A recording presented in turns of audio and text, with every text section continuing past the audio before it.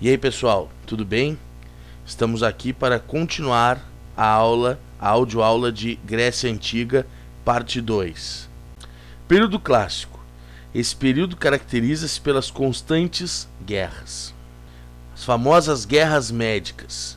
Foram duas grandes invasões dos persas na Grécia. A primeira foi em 490 a.C. Liderados por Dario I, 50 mil persas invadiram a região, mas acabaram sendo derrotados por Atenas e seus aliados. A principal batalha dessa primeira invasão foi a Batalha de Maratona, vencida por Atenas. Em 480 a.C., Xerxes comandou 250 mil homens diante dos gregos. Dessa vez, quase todas as cidades gregas se uniram. Comandados por Esparta e Atenas, os gregos venceram os persas e os expulsaram de suas cidades. As principais batalhas desse conflito foram as de Plateia, uma batalha de exércitos em terra, e a de Salamina, uma batalha naval. Ambas, Plateia e Salamina, vencidas pelos gregos. Os persas foram perseguidos até a Ásia. Na década de 460 a.C., eles acabaram assinando com os vencedores, os gregos, um tratado denominado Paz de Cimon, pelo qual os persas se comprometiam a não mais invadir a Grécia e acabaram reconhecendo a hegemonia grega no mar Mediterrâneo. A vitória sobre os persas deu a Atenas o status de cidade hegemônica no mundo grego. Os atenienses se aproveitaram de seu poderio e passaram a expandir a sua influência política e a impor o seu imperialismo. Nesse sentido, os gregos criaram a Liga de Delos, também denominada Confederação de Delos. Essa liga era formada por Atenas e suas aliadas. Esparta, saliento aqui, não participou dessa liga. O objetivo principal era criar um fundo a partir do depósito de riquezas na ilha de Delos, para poder se preparar, como diria Atenas, para uma possível, mas totalmente improvável, nova invasão dos persas. Na verdade, Atenas se aproveitava dessa liga para utilizar, em benefício próprio, os recursos recolhidos. Atenas havia sido destruída pelos persas na segunda invasão, mas acabou se reconstruindo com o dinheiro da Liga de Delos. Vamos analisar agora a legislatura de Péricles, que foi um estratego e um legislador ateniense que governou a cidade em algumas oportunidades, com destaque para o período de 444 a.C. a 429 a.C. Esse líder foi responsável por reconstruir a cidade. Além disso, ele criou o mistos, ou mistoforia. O mistos era o pagamento pela atividade política. Surgia aí o salário do político. Isso possibilitou aos cidadãos mais pobres abrirem mão da sua atividade econômica para poder assumir os cargos, no caso de terem sido sorteados ou eleitos. Além de tudo isso, Péricles construiu o Partenon, uma das maiores obras arquitetônicas da Grécia Antiga. Esparta criou, nesse contexto, a Liga do Peloponeso, com o objetivo de impor uma oposição a Atenas e conquistar aliados para sair do seu isolamento. Em 431 a.C., iniciou-se a Guerra do Peloponeso, um conflito entre as pólei gregas. Esparta tinha o exército mais poderoso da Grécia, enquanto Atenas tinha uma marinha extraordinária. Os persas, pretendendo promover a discórdia entre os gregos e o declínio de Atenas, apoiou financeiramente Esparta. Na verdade, uma das ideias dos persas era colocar a sua moeda em circulação na Grécia e acabar inflacionando o mercado grego. É uma forma de desestabilizar também economicamente seus rivais. Com os recursos oriundos da Pérsia, Esparta construiu uma poderosa frota naval para enfrentar os atenienses.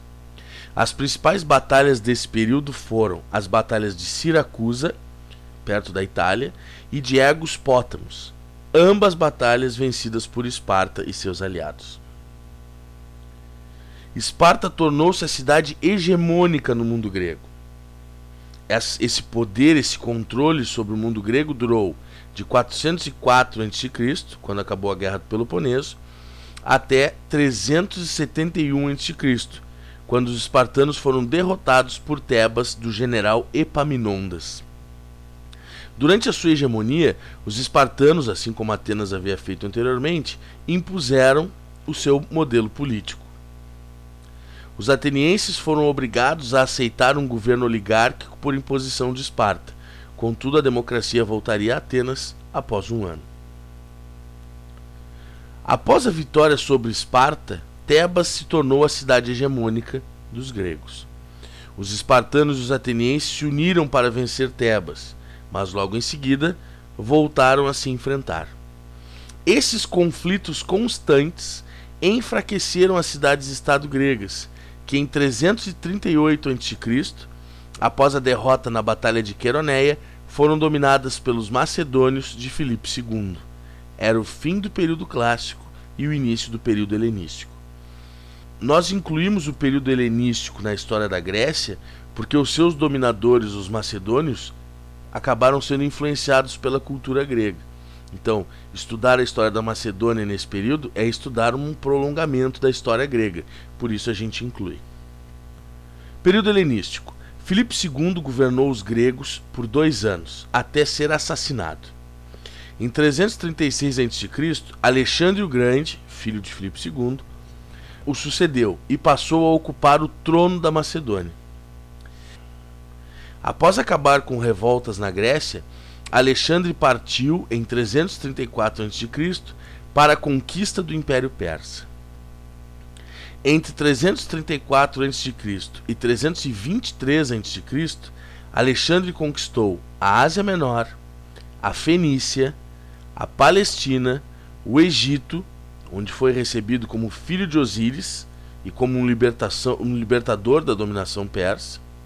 Conquistou também a Síria, a Mesopotâmia, local onde ele acabou se apaixonando pela cidade da Babilônia, que mais tarde ele tornaria sua capital.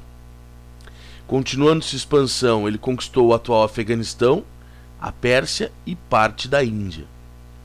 O último imperador dos persas, Dario III, foi assassinado por um de seus soldados. Alexandre, após todas essas conquistas, foi obrigado a parar, devido à negativa de seus soldados de continuarem avançando.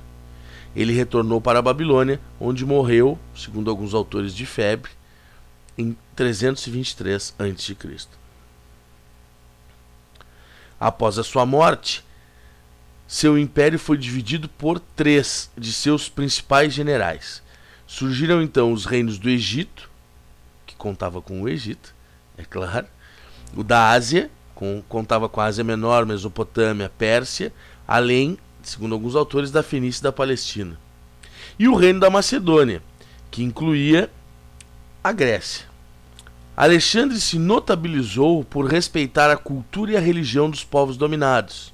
Olha aí uma relação que pode se fazer com Ciro o Grande, o primeiro grande rei dos persas.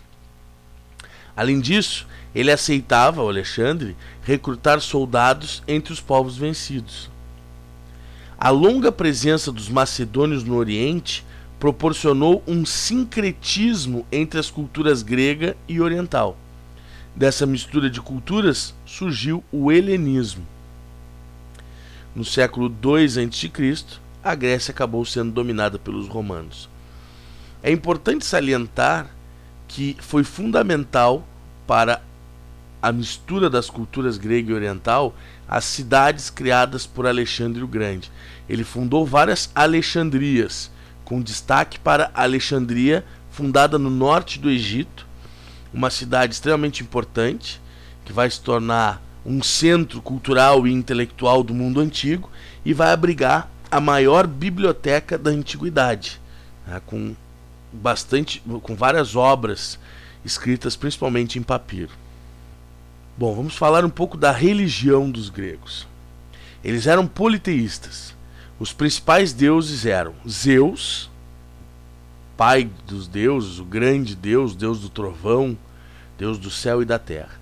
Hera, irmã e esposa de Zeus, considerada a deusa do casamento. Poseidon, irmão de Zeus e de Hera, deus dos mares. Hades, irmão dos anteriores. Esses são os 4 grandes, Zeus, Hera, Poseidon e Hades. Hades era o deus do mundo dos mortos, segundo alguns mais dramáticos, o deus dos infernos.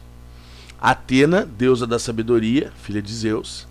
Hermes, deus mensageiro, protetor dos comerciantes e dos ladrões.